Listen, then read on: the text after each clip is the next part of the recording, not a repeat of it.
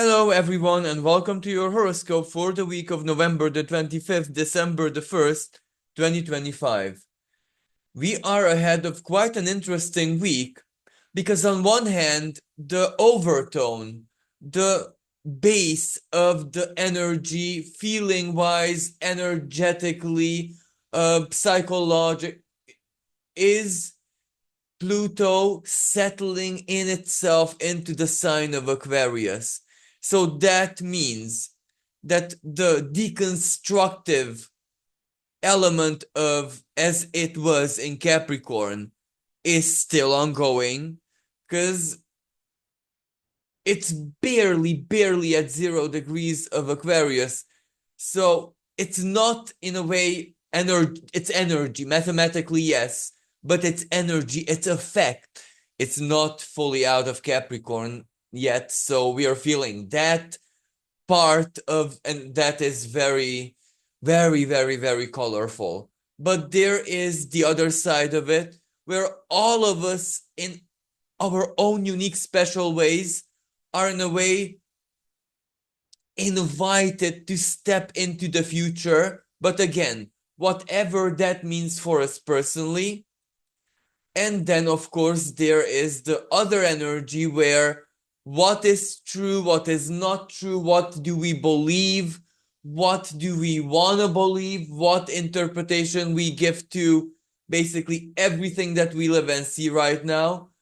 That base energy is Jupiter and Saturn, not yet, but actually we can consider it already a running square. But this is what I want to say, setting up their square, which is gonna be exact towards, I do believe, the end of December, but anyway, very soon. But this is already ongoing. This is already playing out. So we are, all of us, in our own unique, distinctive, individual ways, are philosophers. What does life mean? What do the big things and the small lives, big things and small things in life mean? And how do they tie in with each other? Or do they tie in at all? Because if they do not tie in, that's already a big alarm raised that what are we doing? We are not in harmony with our own being. And of course, this is another predominant energy that is going to dominate this week. Mercury opposing Jupiter.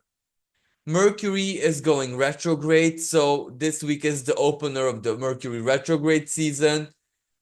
Now, of course, this is to this, the typical Mercury retrograde themes are applicable, especially that Mercury doesn't particularly love spending time in the sign of Sagittarius because it is furthest away from the sign it rules, Gemini. Sorry.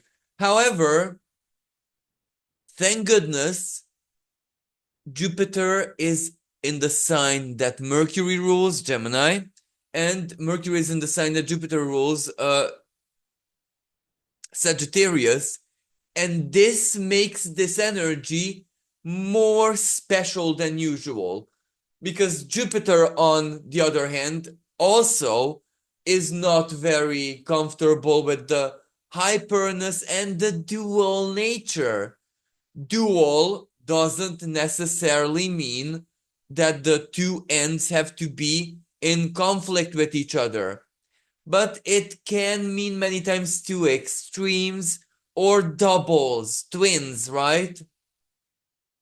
So Jupiter has his work very much cut out for him. And Gemini is practical. So Jupiter has to dish out more practical to the table than he's comfortable with. However, Mercury has to do his own burdensome chores in the sign of Sagittarius, which he doesn't necessarily like and feel comfortable, fiery, passionate, extravagant. How do I figure out things that philosophically, knowledge-wise, academically, or my level of being even are way beyond me? So both of these planets have their work cut out for them. However, because they're in each other's signs at the same time, and they even converse with each other in an opposition, in my view, this is a saving grace, because imagine that, yes, they're a bit lost in each other's homes or ships. Let's call them like ships, right? Because they travel, right? But because they are facing one another, they're in contact, and they hand each other over the manuals.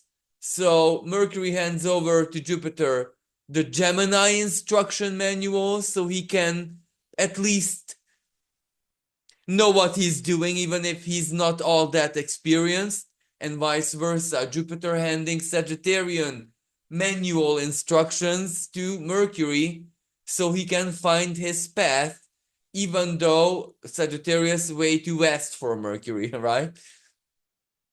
But this is already a saving grace, because if we want this energy to do something really, really useful, positive, the best of the two in our lives, we can much more easily make this our own than other types of energies. For example, another energy that is gonna color this week, but it's brief, is a grand fire trine, which gives the will power, which gives the understanding, the determination.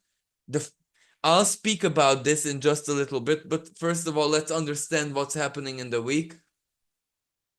So Mercury, yes, retrograde, a lot of figuring out to do.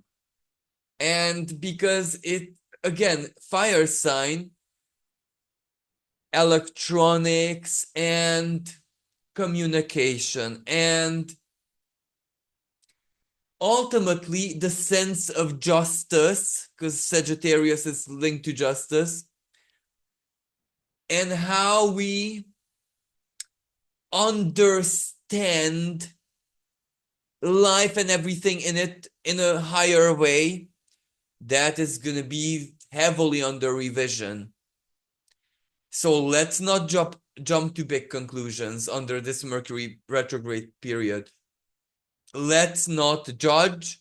Let's not jump to conclusions. Let's not draw any lines yet. Let's not even burn any bridges yet. Let it play out, unfold, and after, because a relevant moment under this Mercury retrograde period is its conjunction with the Sun. That is going to give us a lot of answers and different type of clarity, different type of understanding. And also another big moment under this Mercury retrograde is when it is going to perfect its square with Saturn. Reality check, but in every way, from every angle, from every perspective, from every point of view that is needed for a Sagittarian and Pisces, an elevation of the matter, a breakthrough, but first of all, in higher thinking combined with feeling, right? Like a true hope, solid hope, honest sense of optimism, which is not delusion. But to get to this, we have a lot of thinking and brainstorming and philosophizing and seeking answers while blocking. And this is going to be important with the Mercury square Saturn. We have to find our own unique ways to filter out information. Otherwise, it will drive us insane. This is not a fantasy, neither is it a figure of speech that I'm using.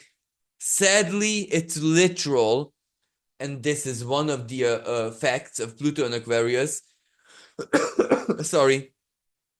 And this is where I'm not saying that Pluto is responsible for doing anything.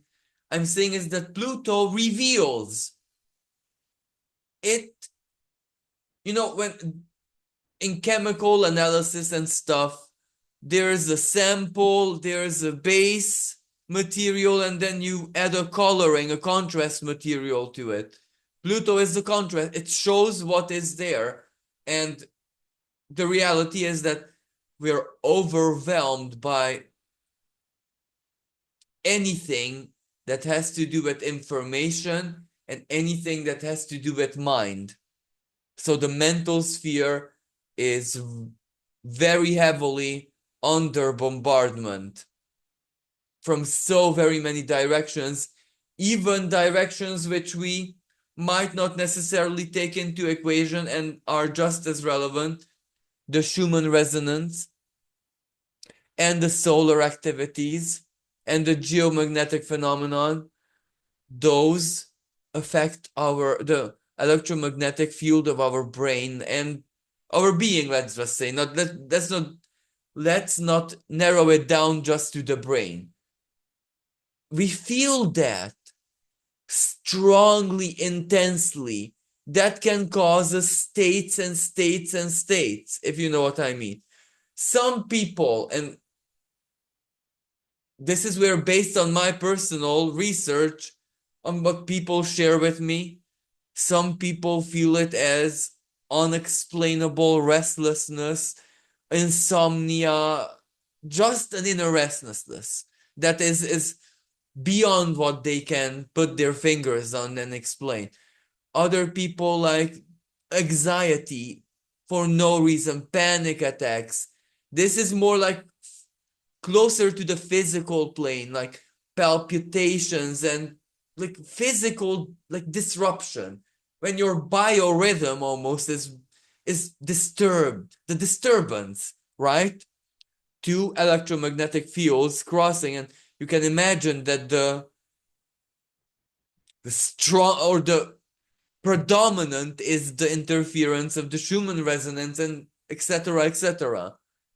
And the other element is that the solar flare can also affect it the same, but that also affects us in more subtle ways than physical, like moods and humors. And the sun is the sun, right? The sun's frequency and what it does affects everything, like literally everything. So how can we be excluded from that? Other people feel it more like the opposite of insomnia, extreme fatigue, extreme mood swings sometimes, where one part of the day is hyper, other part of the day is like you're in your 80s. It's unusual, and every person experiences this their own unique way. So there's not a common, how you call that, denominator, or we can't really generalize this. But what is general and can generalize easily, that everyone is affected. So we sense that. And why am I pointing to this strongly? Well, the sun is going to be activated in a grand fire trine, and the sun and the other element of the fire trine is Mars. Two of the fire energies, passion, combustion, intensity, heat, sun literally spitting, or and the fire element very, very strongly there. But what does this have to do with Mercury and Jupiter? An intense moment under the large Mercury retrograde perspective. So it begins intensely. Already the themes are being set up, what is going to be done, communicated, promises, negotiations, legal stuff, and a lot to do with travels. And we're also going to be seeing this on the world stage. Big air travel, themes in any way, shape, and form being raised. Space travel, satellites, logistics, intercontinental objects, and stuff like that. And again, a fire trine, so... And the sun is in Sagittarius, so very much spotlight on the airspace and space, and not just the airspace, but space as well. And cosmology and all of the Sagittarian stuff. Personally speaking, we must, and this is basically what I want to say, the most important part of my horoscope, we need to milk this energy because it's brief, and this is what gives us the window of opportunity to make the other difficulties and adaptation process to the big shifts on one hand that just took place. What do I mean by that? Saturn going direct, Pluto in Aquarius for the next 20 years, so permanently in Aquarius. Mars preparing his not this week, but Mars is very slow already, so really marking his own retrograde themes that needs adaptation, right? Jupiter retrograde is in Gemini, actually is not as much adaptation but as what we learned to adapt to under Jupiter and Gemini. Now we are in exam period showing our skills, but in apprenticeship we are thrown into the fray inexperienced, so that in itself doesn't help the difficulty setting, because we really have to prove our Jupiter and Gemini wisdom, knowledge of social element, as in people's limits, people's tolerances, quickly figuring people out, their needs, their wants, their everything, because Gemini is the connector, interhuman connections, but from the one-on-one level to the collective level as well, because internet and groups and forums, and you get what I mean. So Jupiter expands all of this, so we really need to show what we've learned, how differently we manage these, for example, information, social media, the internet, influencing our lives and minds, our mental sphere, our mental health, how seriously we take it, what it is that we learn to cut out, what it is we learn to invite, and Jupiter multiply ultimately the good practices, the good stuff that we learned. We need to put it to good use. So yeah, all of this. So you can imagine that Mercury is the planet who dishes this out, because it is the ruler of Gemini. So Jupiter's expression and symbolism is in a very large deal executed or arranged or expressed by Mercury. So this is why, fortunately, Mercury is actually in Sagittarius. So Jupiter has a certain degree of control. The instruction manual handed down to Mercury, this and this and this is how you can work it out optimally. So this is exactly how we must understand this week. We need to figure stuff out and adapt. To some things we have already been prepared and trained by life and etc., etc. To other things we need to figure it out as we go. Uranus holding, maybe not necessarily at the very beginning of the week, but later on. Quincunx, sorry, the other way around. At the beginning of the week, not necessarily later on. That's what I wanted to say. So not later on. With Uranus's higher octave, things are not all that easy to figure out because too many things we need to put the meaning to. We need to find the interpretation. The perception is vice versa. We perceive what we want to perceive. So that's optional. We need to display mastery here. So, oh, and one more thing that I need to mention that's gonna basically influence the whole week. Two, actually.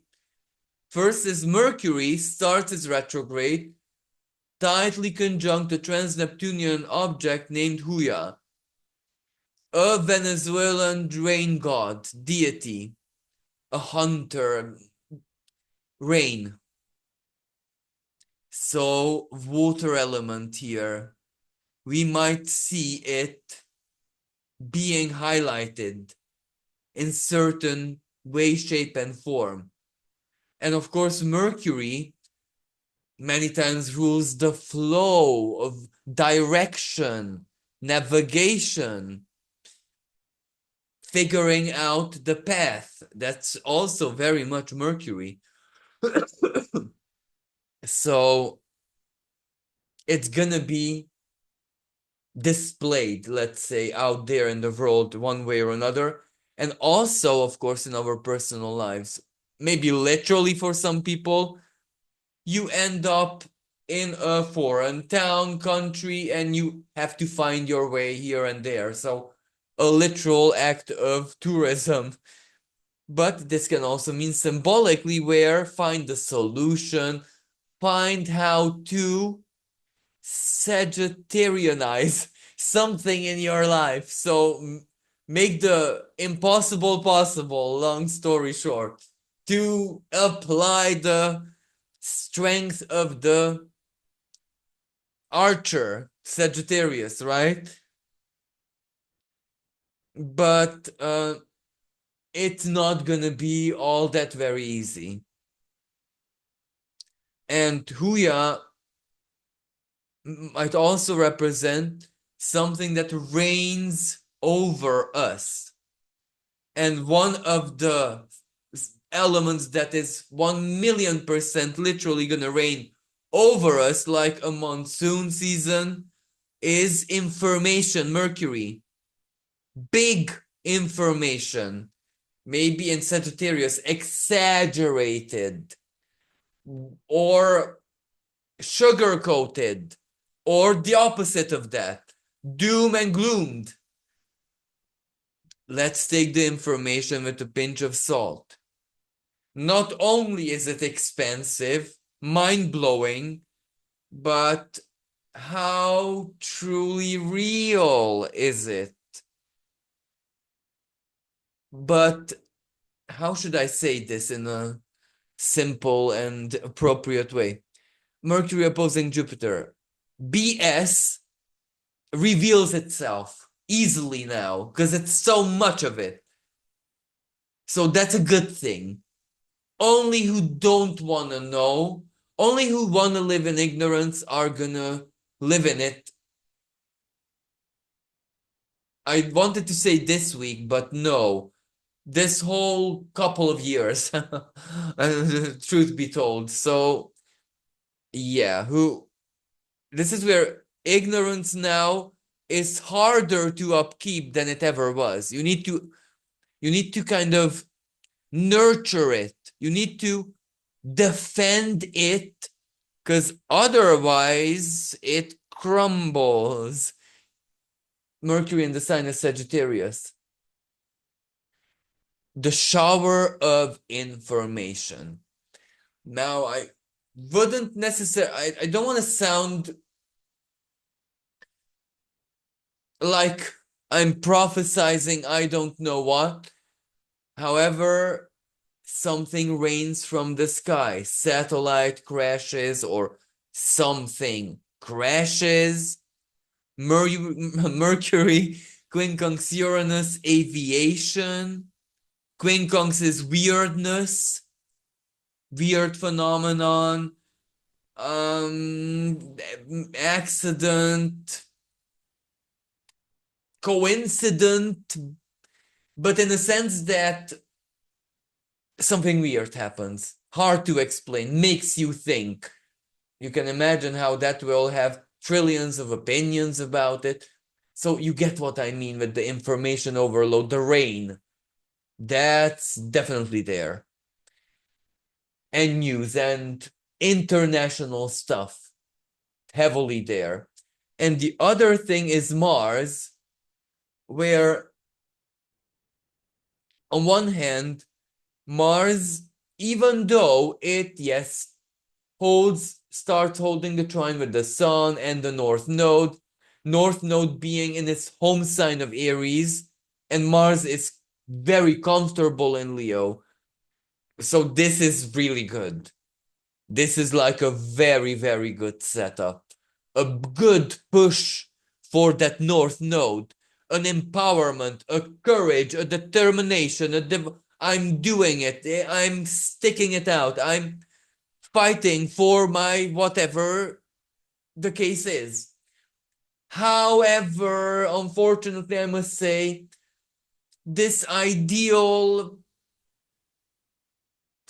sacred inner fire energy is a bit diminished, that Mars is gonna be opposing all along Pluto. We must not forget this. So Mars is comfortable in Leo, yes. The passion, the all of that. But Pluto has a very strong word to say. So the themes here are powerlessness certain times. And let me give you an example. What power does the International Court of Justice, Hague, have? The answer to this question is a valid depiction of Pluto opposing Mars, especially that Mars is already almost at a standstill. It will stop at 6 degrees of Leo. So Mars is a bit on the edge, right? Mars is a bit aggressive as it is. And you can imagine that Leo, it can express itself. So, okay, the powerlessness, or however this power dynamic plays out, because sometimes Pluto acts in a twisted way, not necessarily in a direct way where we think. Pluto can also cause Mars to, how should I express this? To really inflate itself, to live in the full delusion that it is hyper powerful, that it has absolute power and security, to show itself for who it is. You know, you only know a man truly once you see him in maximum power or maximum vulnerability. Both cases apply here. So whichever applies. If you look at the world stage, well, we see all of these possible cases playing out, because it's really, really on. The show is on. And of course, Leo, Mars in Leo, royalty, VIP, the spotlight is on. You can imagine stars, all of the big people, and everyone who has spotlight on them, regardless of the reasons. So this is very, very ongoing. So Pluto especially plays with that theme. And also, Leo is youth. We also see youth, like,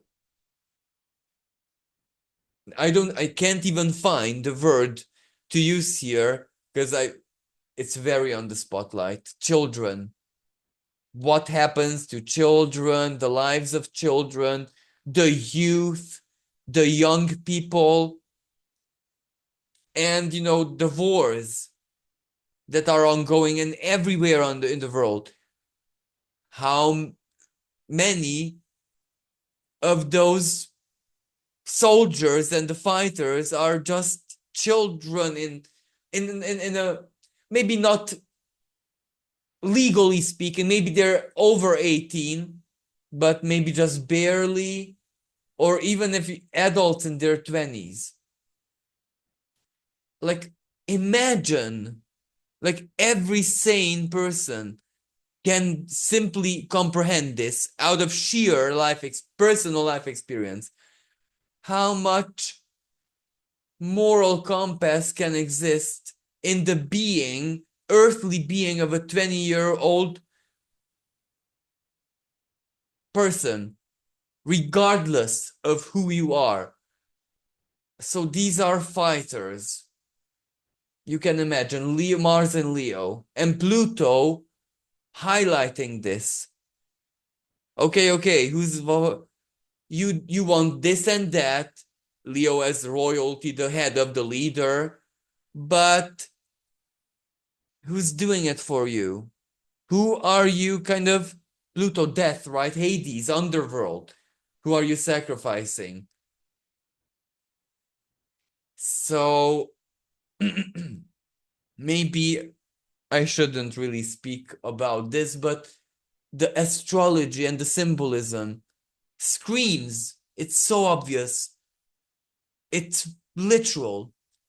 And this, believe it or not, is playing out in our lives as well, right now. Because those children might be our inner child.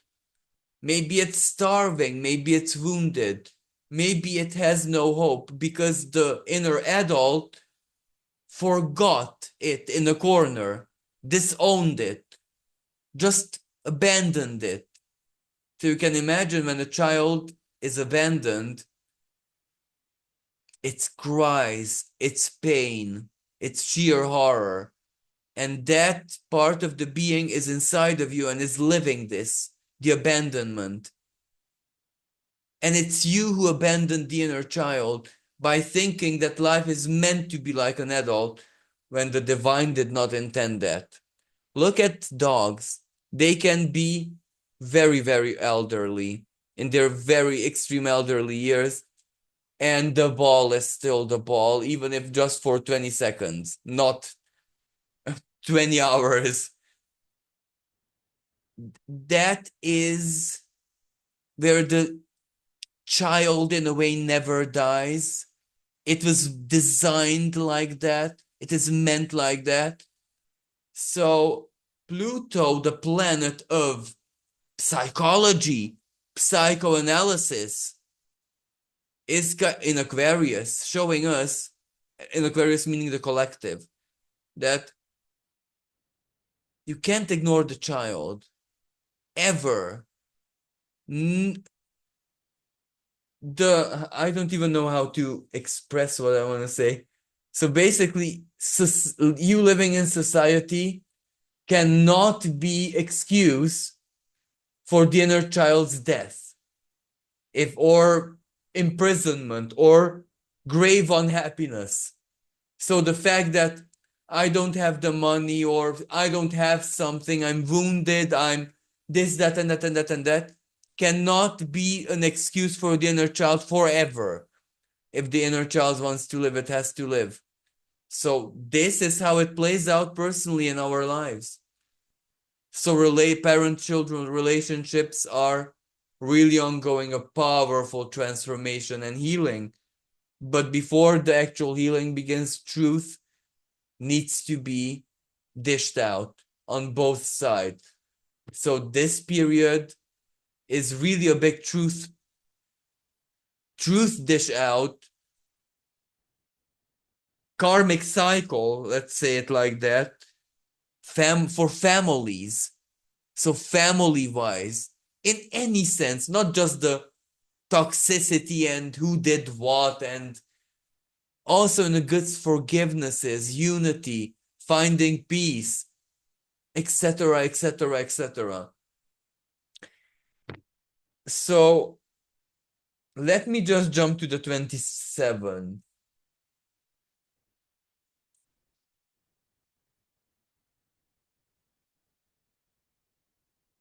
Where the fire trine is operational. So the North Node, Mars, and of course the Sun in Sagittarius. This is the saving grace. This is the window of opportunity. As I said earlier, the rest of the energies are not easy. This is definitely a celestial empowerment, the inner fire. And you might think to yourself, oh, Zen, inner fire and willpower and courage and feelings. I need money. Okay, I get that. And you are absolutely right. Remember, Mercury retrograde reality check. Yes, that is part of the deal. However, this is Jupiter and Gemini, what I'm going to say right now. I can argue in a truly physical, earthly way that your thoughts can be measured in electrical impulses. The electricity in your brain is fire, for real. Now, if that fire, how should I express this, is flowing through you at an ideal, sorry, ideal pace, ideal speed, well, it produces ideal thoughts, epiphanies, ideal instincts, ideal moments of perfect harmony between body, soul, spirit, all of that good stuff. So it's very important, especially that fire trine connecting all fire signs with Mars, the fiery planet, and the Sun, the two ruling planets of the components of the fire signs, are in it. They are not any, if it would be any other planet, it's still very beautiful and empowering, but it couldn't be more. Maybe it could if we would arrange the positions a little bit, but this is so good. Sun rules Leo. Mars is comfortable in Leo. Sun is comfortable in Sagittarius. North Node is basically determined by Mars because it's in his sign. So this gives sovereignty, control, sense of self. This gives so much, I can't even, write the list. This is truly holy fire, sacred fire. This is truly when passion can even distort reality if necessary. And Mercury trine Chiron, all for the sake of healing. This is truly an energy where the love in our hearts, the hope in our minds or spirits, or however I would want to poetically connect the three signs, like literally it can give us wings and take us where we need to be, or give us the strength to endure anything that life throws at us. This doesn't mean in a foolish, inflated ego way, because yes, I must say, this energy also will blow up egos massively. But I don't think that's going to be all that new, because the egos that will blow up are inflated anyway. So people around them already will not be all that shocked. So, this is where who is Narcissistic, well, of course, they're going to be very extremely themselves at this moment in time. But as I said, that's nothing new. Who's aggressive and a bully is going to be very aggressive and bully because being themselves massively. You know what I mean? And a fire trine, even the Christ said, I am what I am. You're blessed to be who you are. If that is who you are, be who you are, right? So, okay, it will amp up the other type of fire as well. Unfortunately, also possibly on the world stage, aviation, Sagittarius, the sky, planes, intercontinental, everything, and Mars in Leo, the war, the fight, my truth, my pride, my fanaticism, my, delusion. Anyway, so, and why do I say this? I'm not saying it ironically. I'm saying it because Mars retrograding back into Cancer. Cancer is where you feel through what Mars done in Leo, right? The impulse, the fire bursting out will have an effect. When Mars is in Cancer, you process that, the consequences, the repercussions. And Cancer is also inside the shell. So guilt, shame. So if you use this energy extremely and unwisely, when Mars goes into Cancer, the punishment is there. You will punish yourself, your emotions, your Cancer in self. So that is what I mean. I'm not saying anything else. And the Sun trine Mars in itself is a massive blessing. Hope, courage, dreaming big. When I say dreaming big, that's Sagittarius. And the material part of the energy, you might say, okay, feelings and stuff.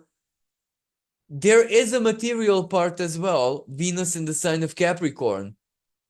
So Venus, everything that is value, what we love, what we need, the passive element in the sign of concrete, in the sign of let it be real, the earthly.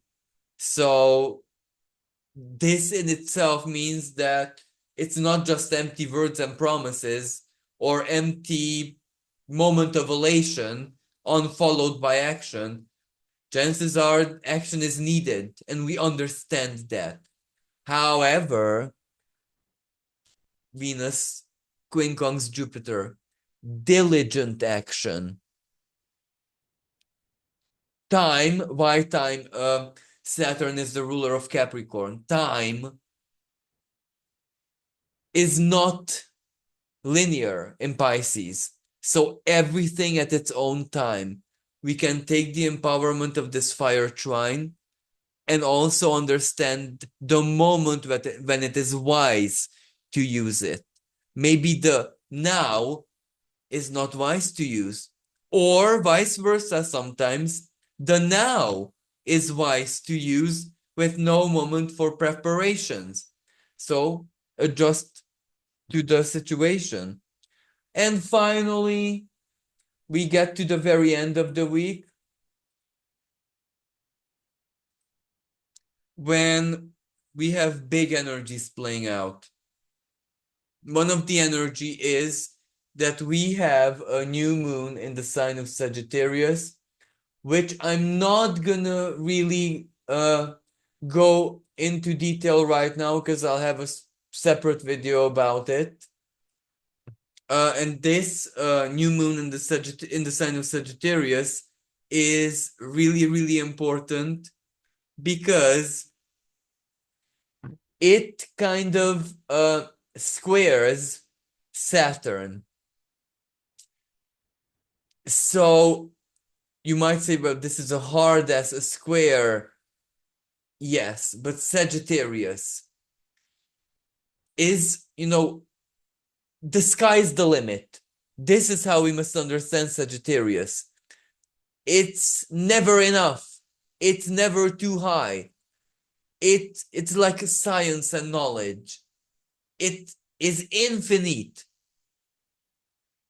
Saturn gives the finite and it helps contain it. Saturn gives the shape and form. Saturn is the execution. No. If Sagittarius and a new moon in it, so very creational, is the schematic, Saturn is the concrete that will actually erect the building. So a reality check, but a very useful one.